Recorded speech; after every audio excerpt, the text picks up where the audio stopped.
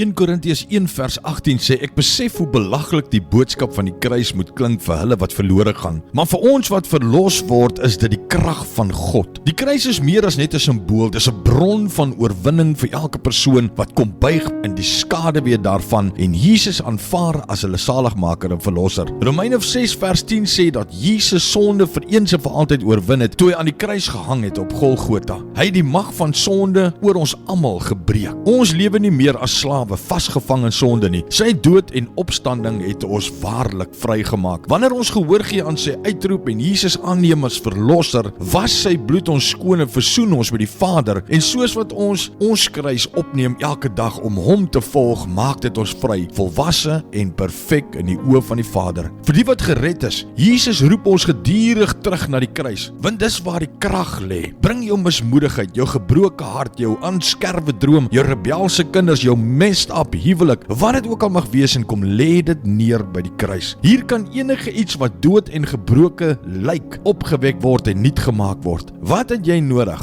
om by sy voete neer te lê vandag? Aba Vader, dankie Here vir u kosbare woord. Dankie dat ons kan weet dat ons dit wat ons nou nog bietjie afdruk en aftrek en kom neerlê by die kruis. Dankie Jesus vir dit wat u aan die kruis vir ons gedoen het. In Jesus se naam. Amen.